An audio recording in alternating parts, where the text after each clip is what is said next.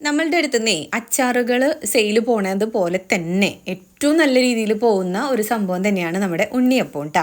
അതിപ്പോൾ നമ്മുടെ വീടുകളിൽ ഇപ്പോൾ കല്യാണം ആയിക്കോട്ടെ, കല്യാണ തലേദിവസം ആയിക്കോട്ടെ, വീട് പാർക്കലായിക്കോട്ടെ, ഒരു പേരുവിളി ചടങ്ങായിക്കോട്ടെ, എന്ത് ഫംഗ്ഷൻ വന്നാലും ഇനിയിപ്പോൾ ഗൾഫിലേക്ക് കൊണ്ടുപോകാനായാലും എൻ്റെ അടുത്തുനിന്ന് അത്യാവശ്യം നല്ല രീതിയിൽ തന്നെ പോകുന്നൊരു ഐറ്റമാണ് കേട്ടോ നമ്മുടെ ഉണ്ണിയപ്പം.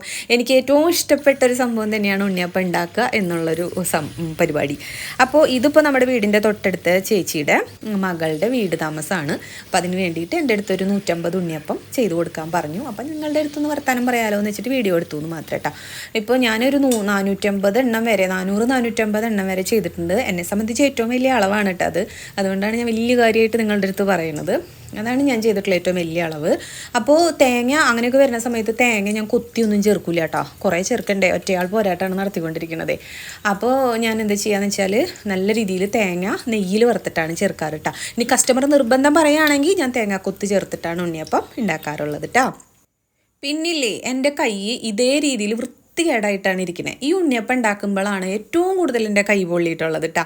എന്നാലും എനിക്ക് ഭയങ്കര ഇഷ്ടമാണ് ഉണ്ണിയപ്പം ഉണ്ടാക്കാൻ. അപ്പോൾ നിങ്ങളുടെ വീട്ടിൽ എന്തെങ്കിലും ഫംഗ്ഷൻ വരുമ്പോൾ നിങ്ങൾക്ക് ഉണ്ണിയപ്പം വേണം എന്നുണ്ടെങ്കിൽ എൻ്റെ അടുത്ത് പറഞ്ഞാൽ മതി, ഞാൻ ചെയ്തു തരാം കേട്ടോ. എന്നെ വിളിച്ചാൽ മതിയേ.